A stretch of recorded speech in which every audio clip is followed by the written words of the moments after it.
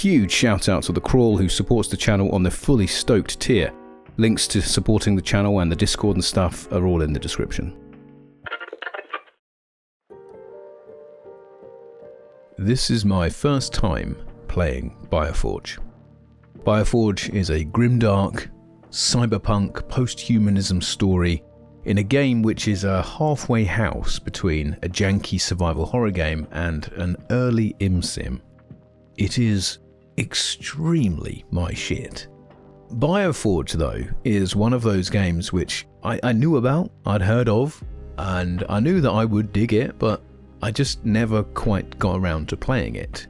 And I was right, this game rules. I really like it. But I also did something that I don't usually do. I read other people's reviews. I went onto forums, I went onto YouTube, I read underneath the GOG listing, and I kept seeing the same conclusion. BioForge is a quaint reminder of the time, but it's old and it's clunky and it falls short of realising its premise because of the limitations of 90s technology. It needs a remaster in order to be actually good. Like somehow this wasn't all deliberate. We're in the middle of a cultural moment which is kind of obsessed with remakes and redos and remasters, and we're beset on all sides by people saying that they want to see these old games re-released with modern controls, with better graphics, so-called quality of life improvements. And being completely transparent, I'm guilty of this same thing. But so often, I can't help but feel like the remakes that we do get miss what makes the original so special. Now, I don't enjoy being particularly negative, I certainly don't want to yuck anyone's yum, but having now played BioForge, I feel like not only does this game not need a remake, but actually that remaking or remastering any aspect of this game would rob it of what makes it feel truly unique.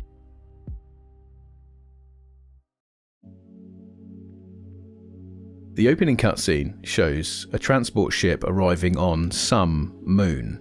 We're shown someone getting hauled off of the transport and dragged into some facility. We're then shown what I can only imagine is some kind of strogification. When I first started playing BioForge, I was like stuck in this first area. I wasn't sure what I was supposed to do or where I was supposed to go. I cannot figure out the controls. I've got no idea what's going on. I die pretty quick, and I feel very vulnerable. I don't feel strong. I can see why somebody would approach this and say that a modern game wouldn't let me feel this way. But this is one of the first things that made me love BioForge. Before playing, you're expected to read not just the manual, but also the included field personnel file. BioForge is a game from the 90s, the era of manuals, but also the era of feelies.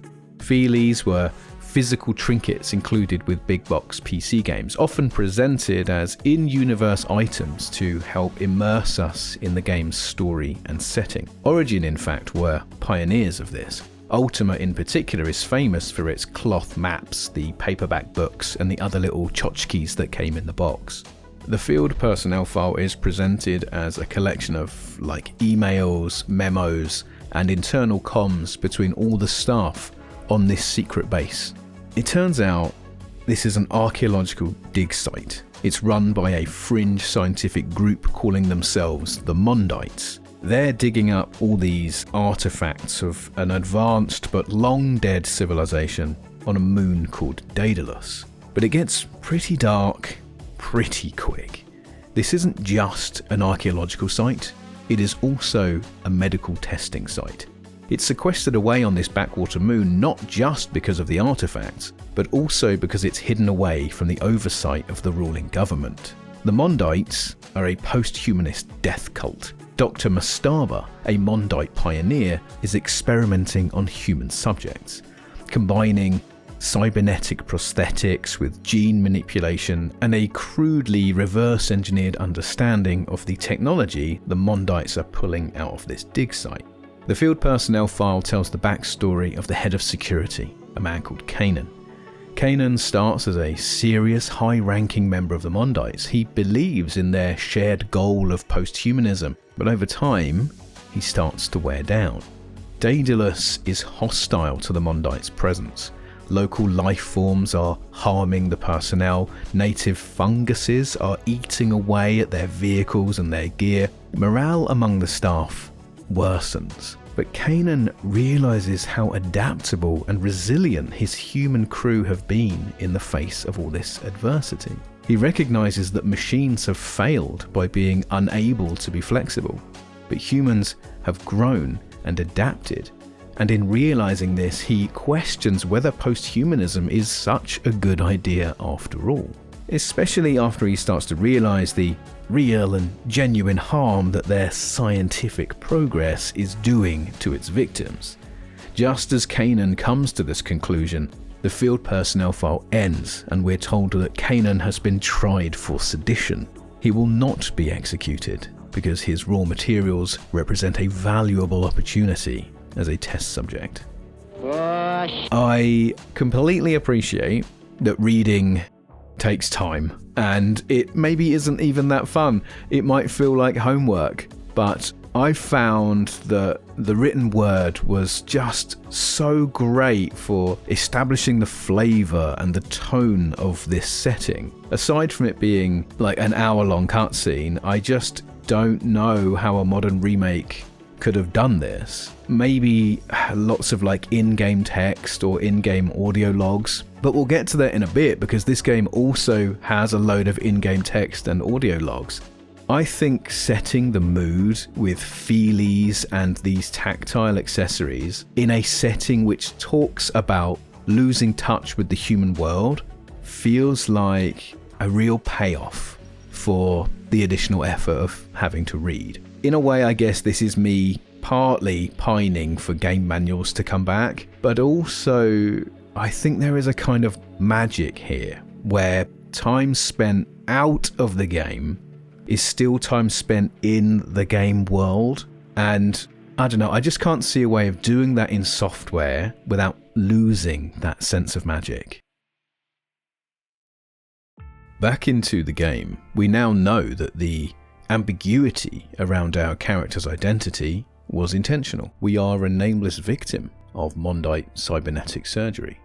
Plodding into the next area, I realise the guy in the cell next to me is actually Kanan. We will eventually learn his name by reading in-game logs, but having read his backstory before in the little booklet, and now seeing him as this pathetic, naked creature starving to death in his cell, that hit me with a much more profound sense of sadness. The fork! Return the fork! I found myself poring over Dr. Mastaba's Mondite propaganda. These quasi-religious texts about abandoning the weakness of the flesh and embracing the cold perfection of machinery. The story and setting is very clearly inspired by Frankenstein and the island of Dr. Moreau.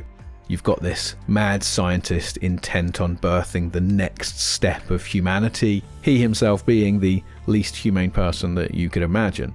BioForge's text logs reveal that same moral emptiness in Mastaba as was present in Victor Frankenstein and Dr. Moreau, but also we get to read the deranged musings of all the other Mondites who've been indoctrinated into this death cult. One of them is talking about building like an 8-limbed spider body so that they can be more productive. One Mondite talks about how they don't eat anything which has been organically grown. A memo suggesting that all food should be the same colour and the same texture. The same sort of crackpot stuff that Mastaba was talking about, but it highlights this general Mondite view that the complexities of human life aren't just problems to be solved, but they are impediments to be removed. And when we tie this back into Kanan's journey from that preview novelette, it closes a thematic loop and a core concept of BioForge emerges. Friction, inconsistency, subjectivity, these are not problems to be solved. They cannot be optimized or eradicated. They should be experienced as part of the wider fabric of a well-lived life. I think that then creates a very neat analogy for our relationship with the past and our current obsession with Remakes. The main character that we play in BioForge is a remastered human, and he is miserable and racked with pain. The man who remastered him is an amoral asshole who doesn't appreciate what made him special in the first place.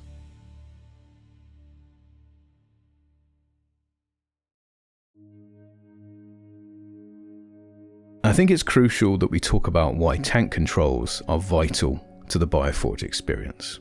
There is often a consensus around tank controls that's, is okay for the time, but it makes you glad for modern games with better controls. Now that consensus is present in a lot of the modern reviews of BioForge, and honey, no. The reason I enjoy tank controls in general is that they sell the idea that we are not the master of our environment. Alone in the Dark and Ecstatica are built around the idea of being a stranger in a strange world. The odds are stacked against us. We're not as quick as we'd like to be. We're not as agile as we'd like to be. That sweaty desperation of that scene in the horror film where the girl drops the car keys just as she's trying to unlock the door translates perfectly into a game experience where you're like, for fuck's sake, Jill, no, get the gun, Jill, get the fucking gun up, Jill! The tank controls in BioForge in specific take this concept one step further. Our guy is newly awakened in a brand new body. Revisiting that Frankenstein's monster theme, he's learning to use his body for really what amounts to be the first time ever. Shambling around like a big cyborg baby sells the idea that he's unsure in this new body. He's being assaulted by confusing new sensations. Not only that, but it has been established that Dr. Mastaba's procedures are invasive, painful. Kanan refers to them as torture as often as anything else. We can imagine that our guy is in constant agony while trying to move around the place. If he was slipping and sliding around the place like Raiden, it would rob BioForge of that feeling. Combat is detached as well, with like 15 different attacks depending on holding a combination of Control, Alt and the numbers on the numpad. We barely feel in control of this body, and we have to rely on cheap tricks and cheap tactics more often than we'd like. That was one sorry excuse for a security robot. We definitely can't claim that tank controls represent what was possible in the 90s. We can't go oh, that was the best they could do at the time. In the same time frame as this, Origin released Cybermage, Crusaders No Remorse and No Regret, and Abuse. And that's before we mention the various different flavours of Wing Commander as well. If Origin had wanted zippy controls in BioForge, they would be in there. And so I find myself asking, well, what would modern controls add here? Often when we describe modern games, we use words like intuitive or the dreaded immersive to describe controls which make us feel competent, that make us feel powerful. And to me, and I don't want to sound too much like old man shouts at cloud, but a lot of these games I just feel like we hold forwards while we then kind of watch our character do all these wonderful little feats for us. And I think that having something between us and the game, some impediment to that sense of power, that sense of competency, I think that adds a layer of friction to the game, which in this instance would really help sell that sense of desperation, that sense that you're not really in control. And actually, almost the opposite of remaking this, I'd be really interested to see more modern games think about tank controls, actually to consider what they bring and maybe how they could be used as a useful tool in modern games. The Mondite culture speaks endlessly about progress at any cost, crossing any line in the goal of perfection. But its idea of perfection is everything being the same and conforming to an extremely narrow set of standards. As Kanan realizes in the prologue novelette, posthumanism's downfall is over-specialization. Diversity is strength. This is what the Puppet Master from Ghost in the Shell realized, and that, I feel, ties into what this game is doing. Monocultures are doomed to fail. The culture of remakes is a monoculture.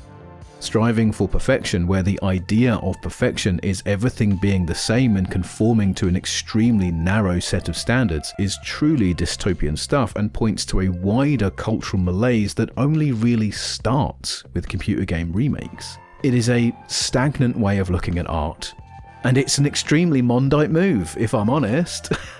I cannot understand why anybody would want to take this wonderful, janky, strange, bizarre, frightening and uncanny experience and sand off all of that character in order to make it feel more modern. At the end of the game, we actually find out our identity. But it happens so quickly, and it's such an anticlimax that it's very clear that this no longer matters. And I think that really closes the loop here. It's what BioForge was trying to say, and it's what I'm trying to say about remakes. All of the advancements, all of the tinkering towards perfection, it doesn't actually matter, because actually at the end of the game, he's not a remaster of what he was. All of the changes that have gone into it have made him a brand new thing, and it's a cursed thing. An era when anything was possible meant that things were quite likely to be difficult or weird, or dare I say it, bad. But an era where things could afford to be bad could support the idea that anything was possible. An era that's afraid to be strange, weird, or bad is unfortunately an era where anything isn't possible. I'm not like a Mondite. I don't want all my food to taste the same. I don't want beige slop. I don't want BioForge to be refactored to conform to some objective standard.